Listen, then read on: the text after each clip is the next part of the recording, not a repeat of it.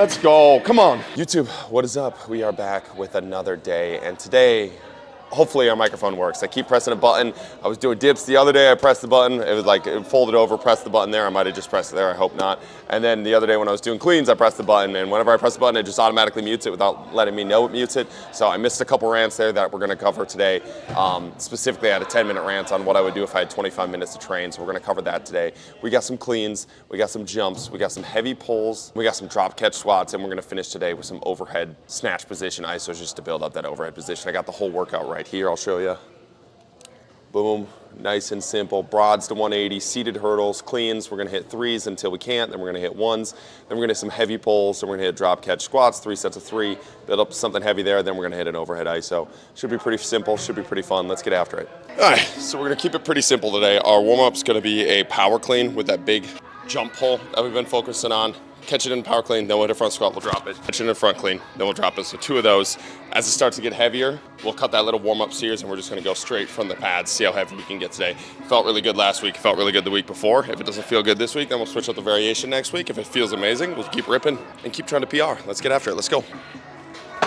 Oof. Oof.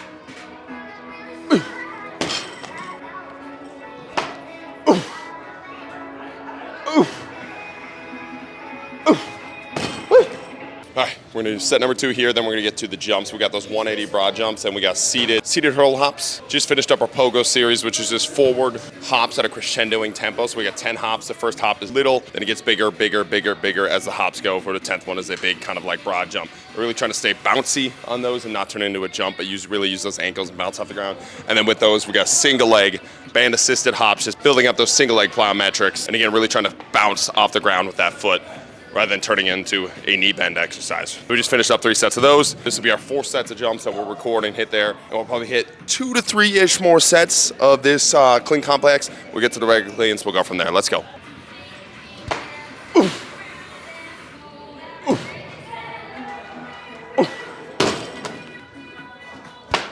Oof.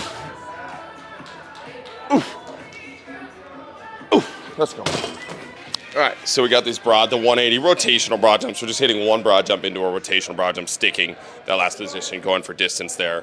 I made a post on this on lateral plyo push-ups today where we were going off foam rather than just the ground, where we went ground one week, we went plates another week, then we went foam the other week. And I kind of made the point where if you keep the stimulus and the goal, and you change direction, change the environment, you change what they're landing on, you just change one smaller variable there, you can keep the goal and have thousands of tools to get that goal done. And I think the same applies to jumping, same applies to a lot of plyometric motions. But a super simple way to add variation to your program. Start with your goal, change the variables that go into it, whether it's a direction, whether it's a surface that you're jumping on or landing on, whether it's using load or band assisted. Any and all these variables work while keeping the goal, which is a horizontal jump movement problem, which is an upper body power stimulus, right? And I think if you just look at it this way, a lot of the craziness and a lot of the messiness, the non-traditional stuff we do actually becomes pretty traditional, actually becomes pretty basic, becomes pretty simple, right? The goal stays the same, everything we're trying to get done stays the same. We just change one small variable to spice up that goal just a tiny bit and attack that goal from a different angle.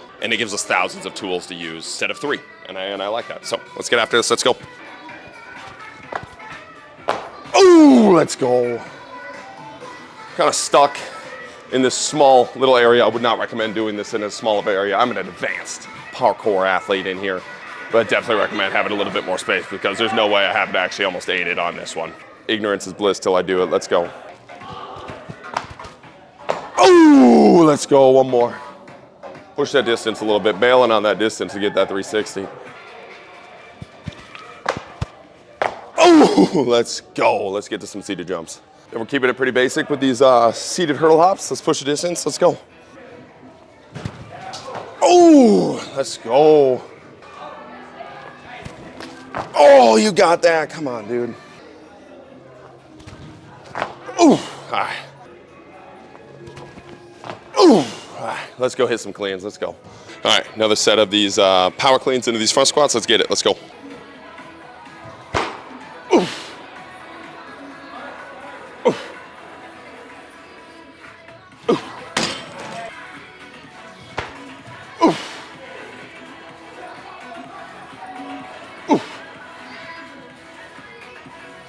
Ooh. Ooh. Let's go, one more set of those. then we'll get some cleans. Let's go. All right, last set of this complex should be a fun little one. Probably gonna be a little bit of send. Let's get after it. Here we go. Oof.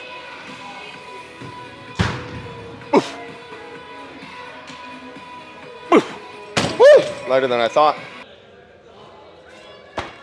Oof. Oof. Oof. Woo! Let's get to some cleans. All right, let's start ripping some singles with straps, get after it, see how we can take this. Let's go. Ooh. Oh, that front rack is ass right now. We got to figure that out. Let's go. All right, that front rack felt really, really sloppy and lazy, so I'm going to really focus on driving those elbows up and getting it through. Felt like I threw that weight up really, really nice. Just got to be able to get that front rack up, otherwise I'm going to get bodied when it gets heavier here. Let's go. Taking smaller jumps than I would like until that front rack position warms up. Then we'll go from there. Let's get it. Sloppy, dude. I have to go looser with those straps. So that is fucking, I gotta get that shit through. Let's go. All right, definitely don't feel as poppy as last week, but I think that's because that catch feels so bad, so I'm like inhibiting a little bit to get there. So hopefully if that catch clears up, we can start really starting yeeting this. I'm gonna loosen up the grip on that strap for a little bit, see if I can get it all the way up. But right now it feels a little tight. Let's get it. Ooh. Ah, sloppy, man. Let's go. Fuck. All right, we got to dial in a little bit here and get after this. Let's go. Come on, stop being a bitch. Ooh, better. Ah, does not feel super great on that catch. That shoulder is feeling boopy.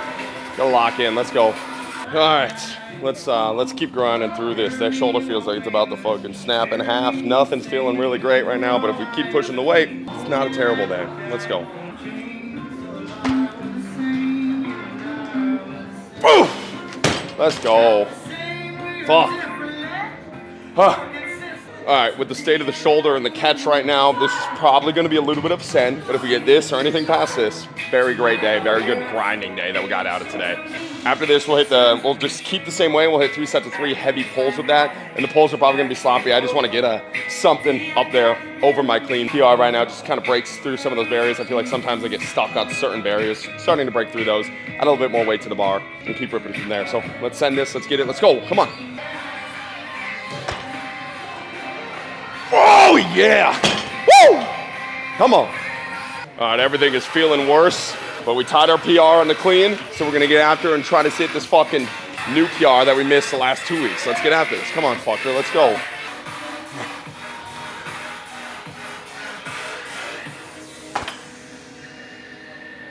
Ah! Let's go. Come on. Woo! All right, sending this one more as a funsie if I get this, man. We fucking cooking with some coconut oil. Let's get after this. Let's go. Come on, bitch. Woo! Come on, fight that bitch. Come on. 3, 2, 1.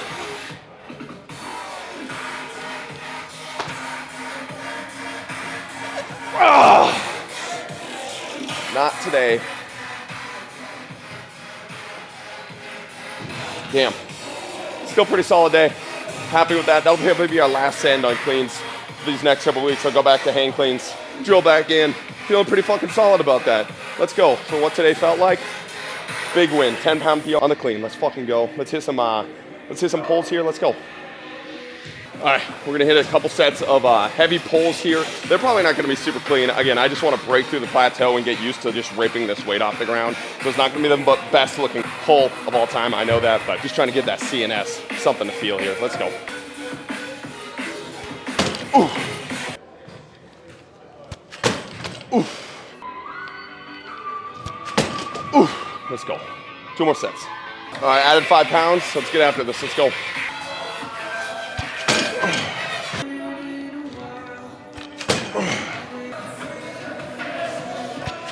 Woo! 1 more set there. Let's go. All right, last set here. We are going to clean 350 pounds. Eventually, we're going to clean 400 pounds. We're going to get a 4-plate clean. That's the goal right now. And we're going to snatch 3 plates. And we're basically going to become undeniable with the Oli program. I think it's been a funny little storyline with the lifting program of like when I started Oli lifting, everybody was like on board, everybody loved it.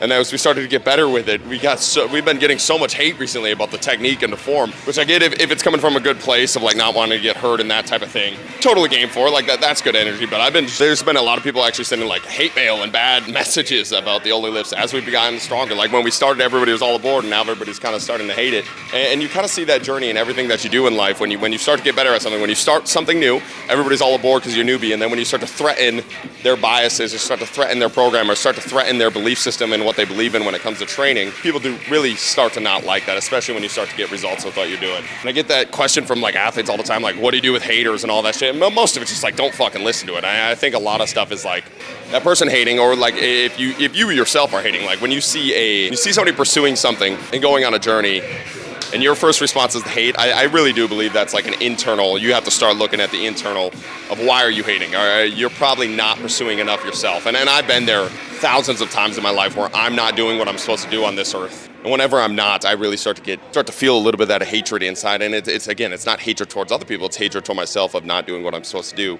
And that the only way to take that out for most people is on other people, and other people doing what they're supposed to do, right? And the only way to counteract that hate for yourself is to actually start doing what you're supposed to do, so you stop feeling it within yourself. And the only way to shut other people up is to become undeniably good at what you're doing. And that's an awesome fucking mission on this earth, right? Just become undeniably good, and you don't have to listen to fucking anything, right? So let's do that. Let's get after it. Let's go. Ooh, let's go. 400 feel light in your hands, so 350 is easy to clean up. Make 450 feel light in your hands, or 405 is easy to clean up. It's a simple game. Let's go. Ooh. Woo! Let's get some squats. Let's go. All right, then we got drop catch squats here. We got 3 sets of 3. We're just going to work up to something heavy 3-wise. Keep on and wait till we get there. The goal here is to reverse the weight as quickly as I can and fight the weight as quick as I can, just like a squat or just like a clean. Or as soon as you get underneath that weight, starting to decelerate rather than crumple underneath it. So that's my focus with these squats. So if they're a little bit high, that's why. As we get heavier, I'm definitely not going to be able to stop it as quick, and it's going to be a little bit higher. So let's get after this. Let's go.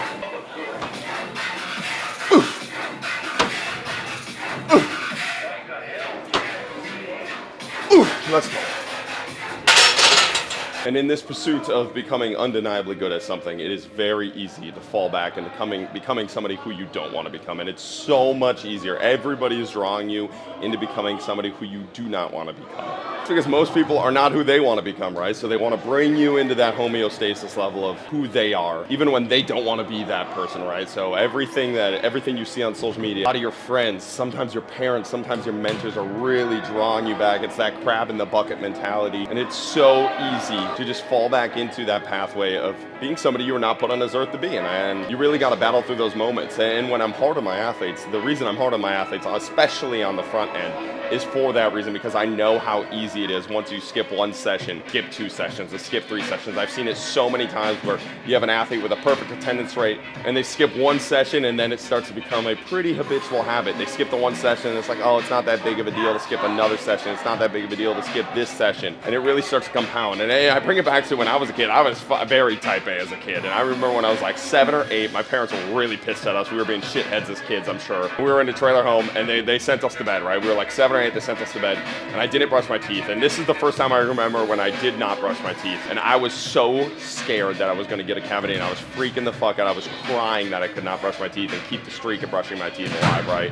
And I got put to bed that night, didn't get to brush my teeth, cried all night because of it, woke up the next morning, didn't have cavities, right? When I didn't have cavities, it proved to myself, oh, I don't have to brush my teeth every night. I know that's such a stupid, like 70-year-old mentality and simple thought process, but it applies a lot to life. You start to skip those meetings you're supposed to show up to. You don't come as prepared for that podcast that you have. You don't show up to that workout and it starts to compound, and you prove to yourself you don't actually have to. You can kind of scrape by. The scraping by, again, is not who you want to become. And it compounds to something much more serious than dental hygiene, right? So brush your fucking teeth, get after it, don't fall into those traps. Let's go.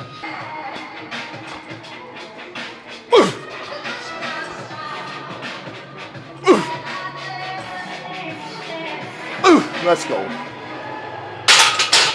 I think as a coach, and I've definitely fallen into this trap, it's much easier to not be the dickhead, right? It's much easier to just let them skip that session and not send the text message. It's much easier not call athletes out on not trying. It's much easier to just sit in the background and let them do what they want to do. But again, that's easier in the short term, right? The long term, you are definitely paying with those consequences, and I think a lot of these coaches fall into this trap myself of like being too nice as a coach, being too accepting as a coach. Especially since like recently it's like socially acceptable to do that. It's like, man, that's not what they need. They have all of society telling them are enough. All of society telling them they don't need to show up. All of society telling them it's a meathead thing to like grind and go pursue something. And I think just giving them a taste of that different mentality is super powerful, because once they taste it and they start to feel I'm becoming who I want to become, it is such a potent stimulus for them. It's like a drug. And it's one I definitely got addicted to myself as a kid because of people in my life pushing me to become that. And it is one of the most important things you can do as a coach. Stop being so nice and call them a pussy when they're being a pussy. Let's go.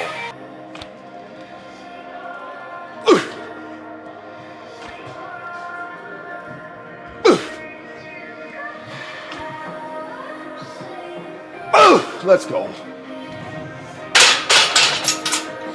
All right, last set here. Gonna be a bit of a send. Let's fucking get it. Here we go.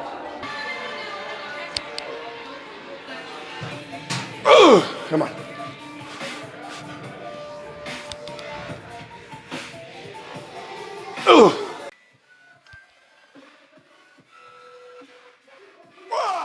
Let's go. Woo! There's a fucking grind. We got a 2-minute overhead snatch ISO. I'll show that 10 seconds when I'm not about to pass out. Then we'll get out of here. Let's go. All right.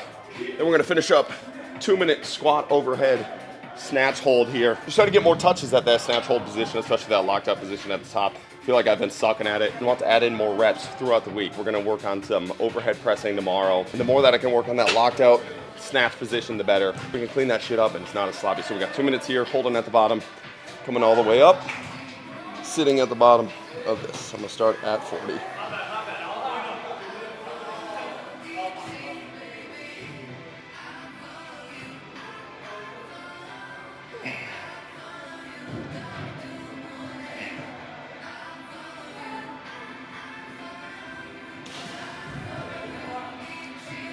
Yeah, my shoulders are fucking tight, dude. Oh, this is feeling fucking money though.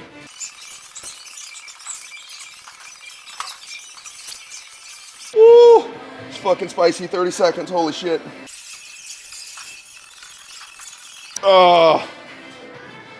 Oh my God. Woo!